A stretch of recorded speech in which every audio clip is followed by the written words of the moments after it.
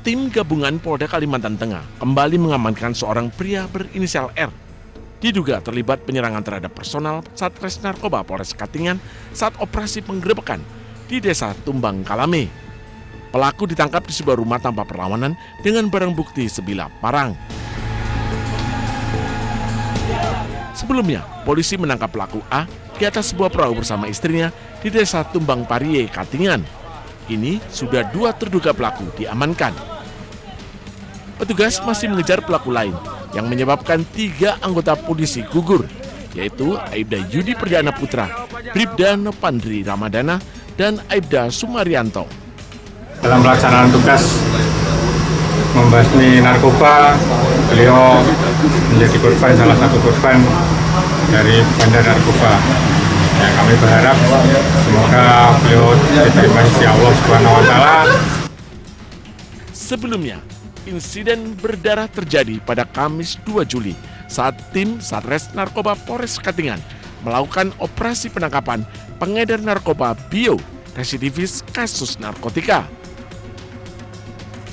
Pelaku diamankan petugas, namun keluarga pelaku menyerang menggunakan parang. Petugas melepaskan tembakan peringatan, namun keluarga terduga pelaku terus melawan. Polisi melakukan tindakan tegas dan terukur mengakibatkan keluarga terduga pelaku bernama Tario meninggal dunia. Warga terprovokasi hingga menyerang petugas.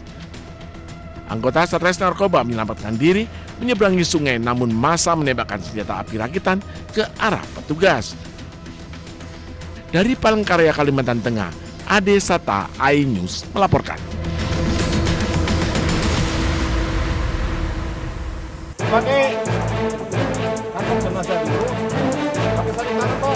Personil Polres Katingan Aibtu Sumarianto ditemukan gugur di sungai Desa Tumbang Kaleme, Katingan Tengah, Kalimantan Tengah. Aibtu Sumarianto sempat hilang saat menggerebek bandar narkoba di Desa Tumbang Kaleme pada Rabu malam. Jenazah Aibtu Sumarianto kemudian dibawa ke Rumah Sakit Bayangkara, Palangkaraya. Usai menjalani autopsi, jenazah Aibtu Sumarianto akan diserahkan kepada keluarga untuk dimakamkan di Kabupaten Katingan.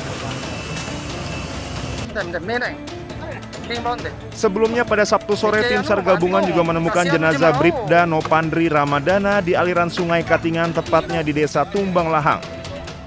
Korban ditemukan sekitar 36,4 km dari titik awal dinyatakan hilang. Total 3 polisi gugur terkait penggerebekan bandar narkoba di Desa Tumbang Kaleme, Katingan Tengah, yakni Aibtu Sumarianto, Aibda Yudi Perdana Putra, dan Bribda Nopandri Ramadana.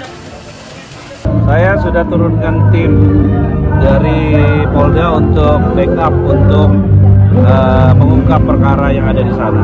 Ya, nanti kita lihat seperti apa dulu perkaranya. Peristiwa ini terjadi pada Rabu malam saat Satres Narkoba Polres Katingan menindaklanjuti informasi masyarakat mengenai dugaan peredaran sabu di Desa Tumbang Kaleme.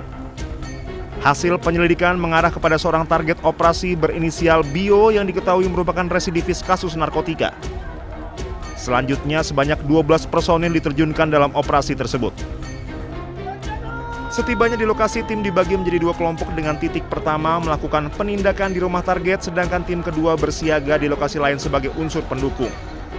Saat proses penangkapan berlangsung, target berhasil diamankan. Namun situasi berubah saat beberapa orang di dalam rumah dan warga sekitar melakukan perlawanan menggunakan senjata tajam berupa parang. Situasi semakin memanas lantaran massa aksi terus bertambah dan melakukan penyerangan menggunakan senjata tajam serta senjata api rakitan. Akibat situasi yang semakin tidak terkendali, personel berupaya menyelamatkan diri sambil meminta bantuan penebalan personil. Sejumlah anggota terpaksa berenang menyeberangi sungai dan berlindung di kawasan hutan untuk menghindari amukan massa. Seluruh operasi pemberantasan narkotika akan dievaluasi agar seluruh personel memiliki kesiapan maksimal dalam menghadapi berbagai kemungkinan di lapangan. Dari Palangkaraya, Kalimantan Tengah, Ade Sata, iNews melaporkan.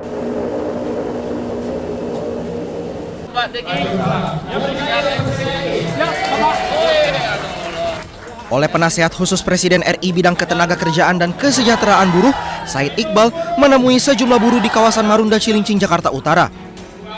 Said Iqbal mengatakan akan turun langsung menindaklanjuti informasi mengenai isu pemutusan hubungan kerja atau PHK di Tokopedia dan TikTok untuk memperoleh fakta sebelum pemerintah mengambil langkah lebih lanjut. Menurut Said Iqbal, sektor ekonomi digital memiliki karakteristik yang berbeda dengan industri manufaktur sehingga setiap persoalan ketenagakerjaan harus dilihat secara komprehensif. Tapi kalau masalahnya adalah karena situasi pasar di mana mereka kan istilahnya money burn, membakar uang. Kalau itu kemudian membuat mereka merugi, tentu kita akan diskusi hak-hak buruhnya. Tidak boleh dilanggar. Demikian. Sebelumnya, rumor tentang pemutusan hubungan kerja atau PHK terhadap 90% karyawan Tokopedia dan TikTok ramai beredar di media sosial. Dalam waktu dekat, Said Iqbal menargetkan dapat bertemu dengan para pekerja Tokopedia dan TikTok bersama Kementerian Ketenagakerjaan untuk memperoleh gambaran langsung mengenai kondisi yang terjadi dengan tetap menjunjung tinggi hukum yang berlaku. Dari Jakarta, Rizky Falufi, iNews melaporkan.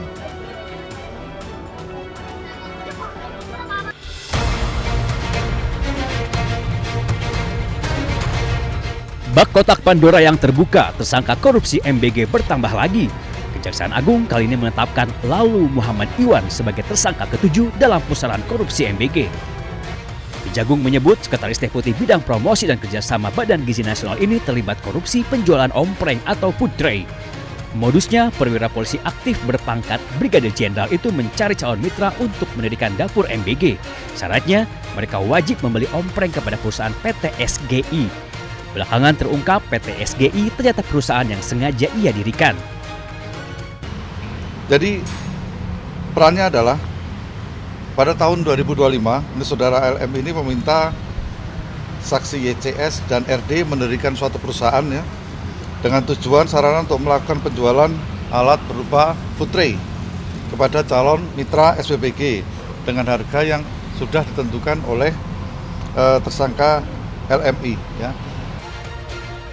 Walaupun sudah menetapkan 7 orang tersangka, Ketua Masyarakat Anti Korupsi Boyamin Saiman menyebut jumlah tersangka korupsi MBG kemungkinan akan bertambah. Boyamin juga mendesak Kejagung tidak hanya menetapkan tersangka, tetapi juga harus bisa mengembalikan kerugian uang negara. Jadi ini masih banyak yang harus jadi tersangka, karena banyak yang dimanipulasi, banyak yang dikorupsi, mulai dari titik dapur, pengadaan motor listrik, ompreng, mungkin CCTV, mungkin diduga juga terkait dengan pengadaan pakaian, pengadaan tablet, segala macam. Itu sudah seharusnya Kejaksaan Agung menyasar semua yang terlibat dalam korupsi MBG dan BGN. Karena apapun ya, untuk pertama tujuan utamanya adalah pengembalian kerugian negara. Karena kalau tidak disasar nanti pengembalian kerugian negara akan minim. Penetapan Lalu Muhammad Iwan menambah jumlah petinggi Badan Gizi Nasional yang menjadi tersangka pencuri uang MBG. Sebelumnya, Kejagung sudah lebih dulu menangkap Ketua BGN Dedang Hindayana dan 2 wakilnya, Sony Sonjaya dan Lodewi Kusung. Menyusul 3 tersangka lainnya dari pihak swasta, yakni Asep Yusuf Somantri, Glory Harimasi Hombing, dan Andri Mulyono. Tim Liputan iNews melaporkan.